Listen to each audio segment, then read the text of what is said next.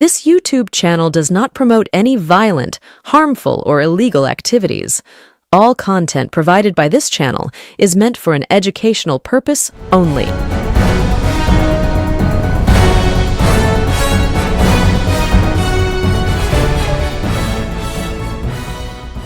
নমস্কার, আমি প্রতিবেদক সায়ন্তন চক্রবর্তী। আপনারা দেখছেন বঙ্গচক্ষু ইউটিউব চ্যানেল।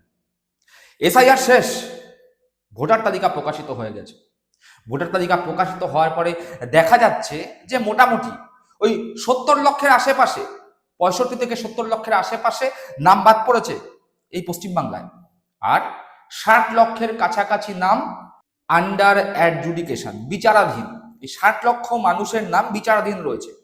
এই যে বিচারাধীন 60 লক্ষ মানুষের নাম, সেই সব যে তালিকা, সেই 60 লক্ষ তালিকা, তার মধ্যে যাদের নাম আছে তাদের নাম ভবিষ্যতে ভোটার তালিকায় যুক্ত হতেও পারে, আবার বাদও চলে যেতে পারে। কিন্তু এই নাম যাদের আন্ডার অ্যাডজুডিকেশনে রয়েছে তাদের কি করণীয়?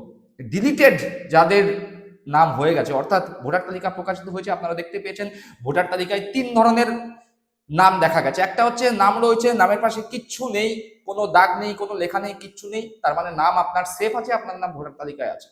ডিলিটেড লেখা রয়েছে নামের ওপর বড় বড় করে, মানে আপনার নাম ভোটার তালিকা থেকে গায়েব, ডিলিট হয়ে গেছে। যাদের নাম ডিলিট হয়ে গেছে তাদের কাছে অপশন একটাই। কি অপশন?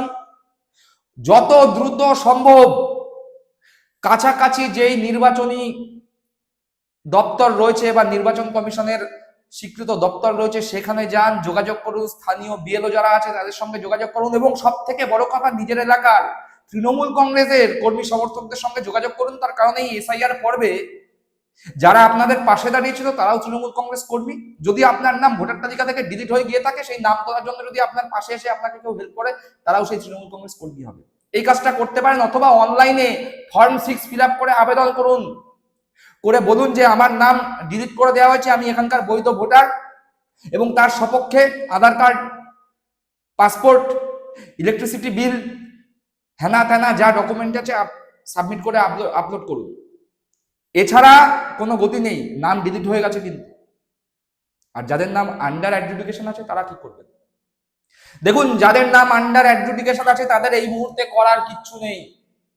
হাতের ওপর হাত রেখে দুশ্চিন্তায় দিন কাটানো ছাড়া তাদের আর কিছু করার নেই। তার কারণ আপনাদের নামগুলো বিচারাধীন রয়েছে, আপনাদের নাম নিয়ে এখন বিচার হবে। আপনারা এদেশের মানুষ, দীর্ঘদিন ধরে এই দেশে বসবাস করছেন। এই দেশের বিভিন্ন অতীতে হয়ে যাওয়া বিধানসভা, লোকসভা ভোটে, পৌরসভা, পঞ্চায়েত ভোটে ভোট দিয়েছেন। তারপরেও আপনারা এদেশের নাগরিক কিনা সেই নিয়ে সন্দেহ বিজেপি আর নির্বাচন কমিশনের। তাই এই 60 লক্ষ মানুষকে আন্ডার অ্যাডজুডিকেশন, বিচারাধীন করে দিয়েছেন। এখন ওই 60 লক্ষ নাম নিয়ে বিচার বিশ্লেষণ হবে, তারপরে বিচার বিশ্লেষণের পরে সিদ্ধান্ত হবে যে সেই 60 লক্ষ মানুষের মধ্যে কাদের কাদের নাম ভোটার তালিকায় উঠবে আর কাদের কাদের নাম বাদ যাবে। আসছি 60 লক্ষ নাম কোন কোন জায়গা থেকে এরকম আছে বিচারাধীন, সেই বিষয়ে আসছি। কিন্তু সব থেকে বড় কথা, এই যে বিচারাধীন নাম 60 লক্ষ নাম, এর জন্য দায়ী কে? বিজেপি দেখবেন মাঝে মধ্যে এই সমস্ত কিছুর জন্য মমতা বন্দ্যোপাধ্যায়কে দায়ী করছে। হ্যাঁ, ঠিক শুনছেন, বিজেপি যেটা বলছে মমতা বন্দ্যোপাধ্যায়কে দায়ী করছে, 100% মমতা বন্দ্যোপাধ্যায় দায়ী। আমিও বলছি মমতা বন্দ্যোপাধ্যায় দায়ী। মমতা বন্দ্যোপাধ্যায় না থাকলে 60 লক্ষ মানুষের নাম ওই বিচারাধীন তালিকায় যেত না। কিন্তু তার জন্য এই 60 লক্ষ মানুষ যারা আছেন তারা মমতা বন্দ্যোপাধ্যায়কে গালাগাল দেবেন না, মমতা বন্দ্যোপাধ্যায়কে ধন্যবাদ জানান। তার কারণ মমতা বন্দ্যোপাধ্যায় যদি সুপ্রিম কোর্টে গিয়ে সওয়াল না করতো, এসআইআর এর বিরুদ্ধে যদি আওয়াজ না তুলতো, মমতা বন্দ্যোপাধ্যায় গিয়ে সুপ্রিম কোর্টে যদি অ্যাকচুয়াল পরিস্থিতি কি বাংলার সেই পরিস্থিতি যদি তুলে না ধরতো, তাহলে এই 60 লক্ষ মানুষের নামও ওই বিচারাধীন থাকতো না, সরাসরি ডিলিট হয়ে যেত। হ্যাঁ, ঠিক শুনছেন, যেই 60 লক্ষ মানুষের নাম আন্ডার অ্যাডজুডিকেশন রয়েছে তাদের নামটাও ওই বিজেপি চক্রান্ত করে ডিলিট করে দিত। মোটামুটি ভাবে যেটা বললাম, ওই 60 লক্ষ 65 লক্ষের কাছাকাছি মানুষের নাম তো ডিলিট হয়েই গিয়েছে। মৃত, স্থানান্তরিত, আনম্যাপ, হেন তেন এসব করে তো 60 লক্ষ 65 লক্ষের নাম ডিলিট করে দিয়েছে। আর এই আরো 60 লক্ষ মানুষের নাম আন্ডার অ্যাডজুডিকেশন। এবার 60 আর 65 মিলিয়ে কত হচ্ছে? 1,25,00,000। শুভেন্দু অধিকারী বারবার কি বলেছেন? 1,25,00,000 মানুষের নাম বাদ দেবো। হিসাব মিলছে তো? 2 2 4 হচ্ছে তো। 60-65 লক্ষ মানুষের নাম ডিলিট হল, আর 65 আর 60 লাখ মানুষের নাম আন্ডার অ্যাডজুডিকেশন।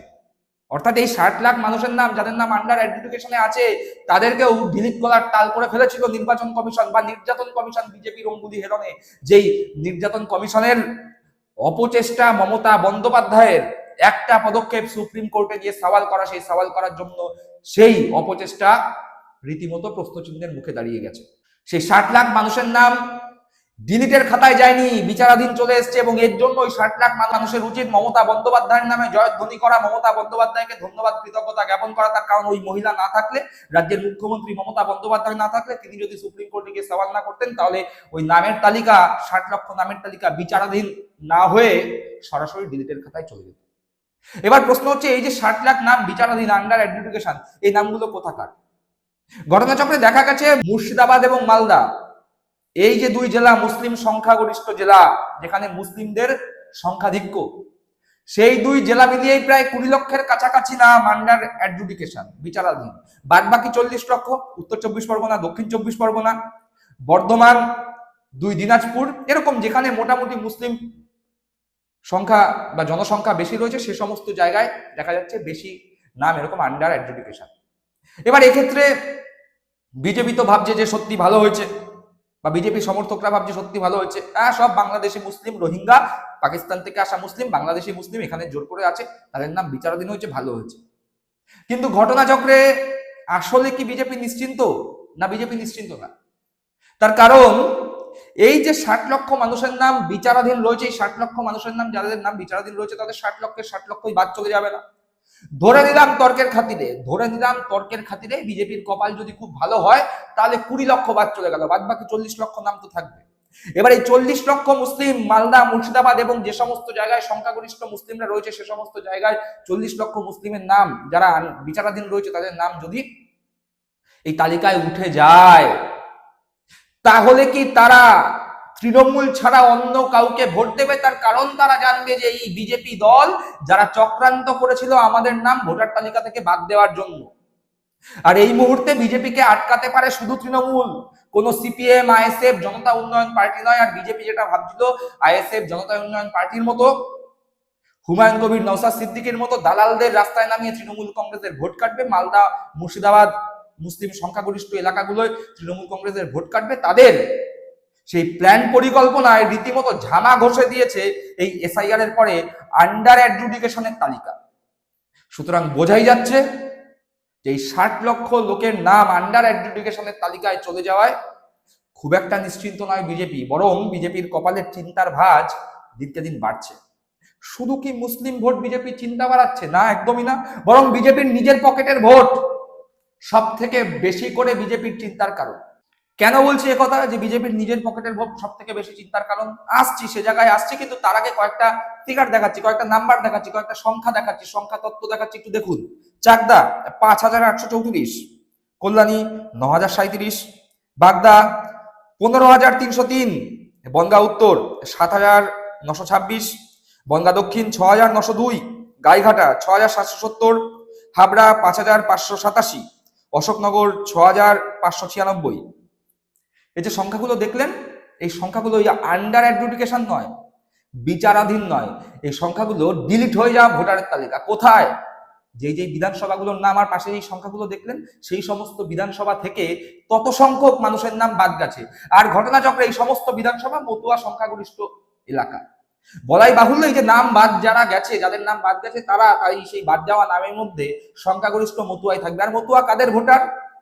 2021 হোক, 2019 হোক বা 2024 লোকসভা ভোট হোক, আমরা দেখতে পেয়েছি মতুয়াগড়ে বিজেপির প্রাপ্ত ভোটের সংখ্যা অন্যান্য দলগুলোর তুলনায় অনেক বেশি, এবং মতুয়াদের মধ্যে বিজেপির প্রতি সমর্থন অন্যান্য দলগুলোর তুলনায় অনেক বেশি।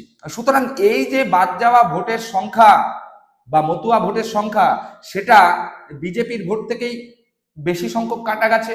এবং এই জায়গায় দাঁড়িয়ে যে সমস্ত পরিবারের ভোটাররা ভোটার হলেন বা ভোটার তালিকা থেকে নাম বাদ গেল, সেই সমস্ত পরিবার যদি গত বিধানসভা বা লোকসভা ভোটে বিজেপিকে ভোট দিয়ে থাকে, তারাই এসআইআর এর পরে তাদের পরিবারের লোকজনের নাম বাদ যাওয়ার পরে তারা কি আর আগামী 2026 বিধানসভায় বিজেপিকে ভোট দেবে? ধরে নিন না আপনার পরিবারের একজন মানুষ যে গত বিধানসভায় বিজেপিকে ভোট দিয়েছিল, আপনার পরিবারের সকলে বিজেপিকে ভোট দিয়েছিলেন, কিন্তু এসআইআর এর পরে আপনার পরিবারের লোকটার নাম সমস্ত বৈধ নথি থাকা সত্ত্বেও ভোটার তালিকা থেকে বাদ চলে গেছে। দেবেন কি আপনি বিজেপিকে ভোট পরের নির্বাচনে, 2026 বিধানসভা নির্বাচনে? একবার ভেবে দেখুন।